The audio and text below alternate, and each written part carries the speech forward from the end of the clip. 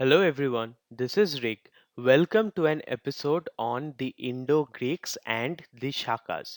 They were the two important dynasties in the ancient Indian history, approximately during the 3rd and 2nd centuries BC, and they were very much contemporary to each other, and they ruled in the northwestern part of Indian subcontinent. So without doing any delay, let's get into details. First, we will know about the Indo-Greeks. Now, what was the geography and the initial settlement of the Indo-Greeks?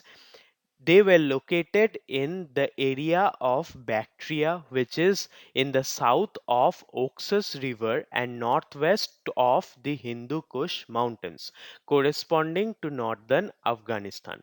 So, the area in which they ruled, that area today corresponds to the northern part of Afghanistan, and it is situated in the northwest of the Hindu Kush Mountains. The Greeks of Bactria were originally satraps, which means subordinate rulers of the Seleucid Empire of West Asia. So, after the invasion of Alexander, the Seleucid Empire ruled in the western part of Asia, and the Greeks of Bactria were subordinate rulers under the Seleucid Empire. And after some time, they gained independence. In the mid 3rd century BC, Diodotus I revolted against the Seleucid and established an independent Bactrian Greek kingdom. So, Diodotus I was the ruler from the Bactrian part of Seleucid Empire who revolted against the Seleucids and established their own independent kingdom, which came to be known as the Bactrian Greek kingdom. And it all happened in mid 3rd century BC. By the 2nd century BC, the Bactrians extended their control into areas south of the Hindu Kush. So, by the 2nd century BC, these Bactrian rulers they extended their control. They moved southwards towards they moved southwards, crossing the Hindu Kush mountains, and thus they increased their empire. The Bactrian Greeks ruling over the parts of northwest India between the 2nd century BC and early 1st century CE are known as the Indo-Greeks or the Indo-Bactrians. So these rulers who ruled in the northwestern part of India during the 2nd century to 1st century BC or to 1st century CE, they are called as the Indo-Greeks or the Indo-Bactrians. Now, what is the archaeological evidence of the Indo-Greeks? Just like literary evidence, there are many archaeological evidences regarding the history of the Indo-Greeks. Sirkap at Taxila occupied from the Indo-Greek period onwards significant archaeological site. So Taxila is a site which has been under continuous occupation right from the time of later Vedic period. That area, the area called as Sirkap in Taxila, was occupied from the time of Indo-Greeks, and it is a very significant archaeological site presently. Most of the evidence at Sirkavs relates to the subsequent Shaka-Parthian phase. So after this, there was a Shaka-Parthian phase, and the evidences in Sirkap relates to the subsequent Shaka-Parthian phase. It was excavated by a French archaeological team in 1965 to 1978, revealing an extensive Indo-Greek settlement. So this was the place. The name of the place is Iquanum. So Iquanum is the place which was excavated by a French archaeological team in 1965, and the excavation continued for approximately 13 years up to 1978. And this place revealed extensive Indo-Greek settlement. Artifacts and the city architecture from Iquanum indicate a strong Greek influence. So these places of the Indo-Greeks indicate a strong Greek influence, even though it is in the northwestern part of India, but still there is a strong Greek influence both in the artifacts and in the city architecture. The artifacts from the region bear unmistakable Greek cultural imprints. So, all these architectures and artifacts have a Greek influence in them. Now, Indo-Greek rulers and their contributions. Who were the major Indo-Greek rulers and what was their contribution in ancient Indian history? Demetrius I and II, they were the rulers who extended their control to the south of Hindu Kush in the northwestern India. So, before them, at the time of Diodotus, the Indo-Greeks were restricted to the Bactrian province only, and at the time of Demetrius I and II, their control extended towards the south of Hindu Kush into the northwestern part of India. So they are the people who came in contact with the main base of Indian subcontinent during the Indo-Greek rule. Notable rulers include Apollodotus, Pantaleon, Agathocles, and their timelines and reigns are known from their coins. One of the most significant thing about the Indo-Greeks are their coins, which we will discuss later. But the notable rulers are known from their coins itself, and these notable rulers include Apollodotus, Pantaleon, Agathocles, and all of their dates and timelines can be known from the coins of their period. The Beshnagar pillar inscription is another significant artifact of the Indo-Greek times, and it indicates the rule of Anti-Alcidas extending up to Taxila. So Beshnagar is a place where we find a pillar, and there we find an inscription of Emperor Anti-Alcidas, and from there we come to know that his rule extended up to the place Taxila. Ambassador Heliodorus, described as a native of Taxila serving under Antiochus. So, Heliodorus was a person from Taxila who served as an ambassador to Emperor Heliodorus. Coins provide details of rain sequences and chronology. The most important source of Indo-Greek history is their coins, and these coins provide very much details about the reigns, the time period of the Indo-Greek ruler, the sequences who came after whom, and also their chronology, the dates regarding their rule. All these are provided in very much detailed manner by the coins of the Indo-Greek period. Menander, who is also known as Milinda, and cultural interaction. Now, Milinda or Menander is an important Indo-Greek ruler who is not only significant as an Indo-Greek ruler but also as a cultural icon in the Indian subcontinent. Menander, the king Milinda, known for his dialogues with monk Nagasena. So he had a series of dialogues with monk Nagasena, and all these dialogues, question answers, they are noted in a book which is called as Milinda Panha, and this book contributes a lot to the understanding of Indian culture during the time of the Indo-Greeks. Menander ruled uh, parts of Bactria and northwestern India. So his rule was was territorially very much extended to all around Bactria, and especially he ruled in the northwestern part of Indian subcontinent. Khadoshti inscription found at Bajaur references Buddha relics during Menander's reign. So Menander was a staunch supporter and a patron of Buddhism, and from the Kharoshthi inscription found at Bajaur, we come to know about his inclination towards Buddhism. Plutarch mentions conflicts over succession post Menander's death. So, after the death of Menander, there was a conflict of succession regarding who will take up the throne after Menander, and that succession, that war of succession, has been mentioned by Greek historian or Greek writer named Plutarch.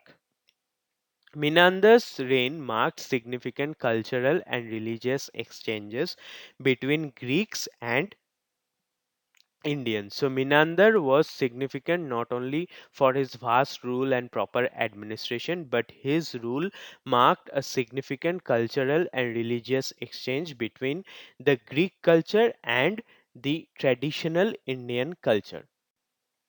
Now, decline of the Indo-Greek rule. What happened after Menander and how did the Indo-Greek rule decline? A Parthian defeat of Hermes occurred in the last quarter of 2nd century BC, ending the Greek rule in Bactria. So Indo-Greeks were defeated in the site of present-day Hermes, which occurred in the last quarter of 2nd century BC, and after that the Indo-Greeks went to a decline and Bactria was conquered by other dynasties.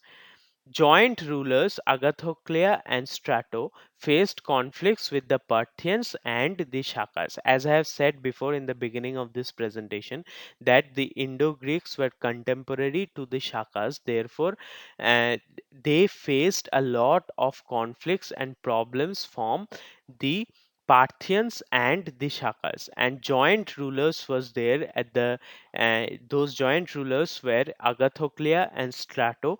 They faced a lot of trouble from the Shakas. The Indo-Greek control ended with their defeat by Kshatrapa ruler Rajuvala in the 1st century BC. So after the battle of Hermeos, there was still an evidence of Indo-Greek rule in Bactria, but after their final defeat by the Kshatrapa ruler Rajuvala in the 1st century BC, the Indo-Greeks were completely defeated and they were no more seen in the Indian political scenario. Coins and other artifacts indicate decline Indo-Greek influence. So after that, we find coins which show that there was a decline in the influence of Indo-Greek rulers. The Indo-Greek territories were fragmented due to continuous conflicts. So the Indo-Greeks were never united; they were always fragmented because of interterritorial conflicts among their own dynasties. So that was how the Indo-Greek rule went to a decline in the northwestern part of Indian subcontinent. Now we will see who were the Shaka-Pahlavas or the Scytho-Parthians. So these were important rulers who were contemporary to the Indo-Greeks, and we will see about their contribution in Indian history. Shakas migrated from the plains of Sir Daria due to tribal movement. So they migrated to the northern part of Indian subcontinent due to tribal movements, and this migration happened from the plains of Sir Duria, which is Xerxes. Due to tribal movements, because of some tribal conflict, they were forced to come out of the plains of Sir Daria and Daria, and they migrated towards the northern part of Indian subcontinent. Displacement by Yuchi tribe. The great Yuchi tribe displaced Shakas to southwards into Afghanistan and northwestern India. So Yuchi tribe basically ruled in the western part of China. After they gained prominence in the Chinese political scenario, they displaced the Shakas southwards into Afghanistan and northwestern India. Because of the political pressure from the Yuchi tribes, the Shakas moved southwards into Afghanistan and northwestern part of Indian subcontinent. Parthians or Pallavas are referred to as invaders from the Parthia ruling parts of northwest India. So these are the terms which actually mean invaders from Parthia, and they were ruling in the northwestern part of India, and that is the reason they are called Parthians or Pallavas. They were basically considered to be invaders who ruled from northwestern India. Taxila inscriptions mention Shaka king Moga identified with Maus or Moa. So Meus or Moa is the Indian name given to Shaka king Moga, and that can be known from the inscriptions in Taxila. Shaka coinage similar to Greek styles featuring like deities of Greek iconography, and they have many coins which depict deities like Zeus. So the Shakas also had influence of Greek culture in them, and that can be known from the coins of the Shaka period which featured deities like Zeus. Now we will go through who were the main Shaka rulers and how was their administration. About these rulers, we come to know mostly from the coins of those period, and from their coins, the notable rulers about whom we come to know about are Vonones, Spalirises, Azes I, Azes and Azes II. These are the rulers who can be identified from the Shaka coins, and they were very significant in their own right. Especially Azes I, Azilus, and Azes II are very famous not only for their conquest but also from their administrative features. Spalirises. Spalirises was initially a subordinate of Vonones. So Vonones was the ruler and Spalirises was the subordinate ruler under Vonones, and later he became a king in his own right. So later on this ruler became an independent king away from the influence of Vonones. Joint rule system was there even in the Shaka dynasty, and practice of joint rule was seen at the time of Spalirises and Azes I. So they ruled together jointly, and that was very significant both at the Indo-Greek times and also during the Shaka rulers. Ages era marked the Vikrama era of 58 BCE is associated with Indo-Scythian governance. So this marked the beginning of Vikrama era. It is a specific dating system which begins from 58 or 57 BC, and this is associated with the rule of Ages. And from there we come to know about a dating system called Vikrama era. The tribal group using Vikrama era migrated from northwest to Rajasthan and adjacent area, and this tribal group was the Malavas. So Malavas were the tribal group who migrated from northwest to Rajasthan, and they used this dating method called the Vikrama era dating method. Now, Gondopharnian Dynasty. Gondopharnes was one of the most important ruler at the time of Shakas, and we will know about the story of Gondopharnes. Gondopharnes, important ruler identified with King Guduvara, mentioned in Takti inscription. In Takti inscription, we get to know about one of the most important ruler of the Shaka dynasty, who is King Gudufera. So this was one of the most famous ruling elite of the Shaka who established his own dynasty. He established his rule in the mid 1st century CE. So during the mid 1st century CE, which is a lot later, we find the rule of King Gudufera. Coinage and governance. Coins indicate association with nephew, Abdagases and governors Sapadena and Satavastra. So these were the governors. The main two governors were Sapadena and Satavastra, and he also ruled jointly by associating his governance with that of his nephew called Abdagases. So here also we find existence of joint rule at the time of Gondopharnes. Detailed governance structure through military governors like Ashvavarma and Sasha. So he not only was an able administrator, but there was also detailed governance structure through military governors or military administrators like that of Ashvavarma and Sasha. They were the commanders in the army of Gondopharnes. End of rule. Gondophar's successors were ousted by the Kushanas. So after the Shaka dynasty came the Kushana dynasty, and they ousted the successors of Gondopharus, and thus we see an end to the Shaka dynasty. What was the administration like, and what are the titles which were used by the Shakas? Kshatrapas and Mahashatrapas, titles used by Shaka and Parthian rulers indicating administrative rule. So these were the titles used by Shaka and Scytho-Parthians rulers, and thus we come to know about their administrative roles. At first they were subordinate rulers, but later on they became independent kingdoms in their own right. They played crucial roles in the expansion and control of territories. At first, we see the Indo-Greeks were restricted under the Seleucid Empire.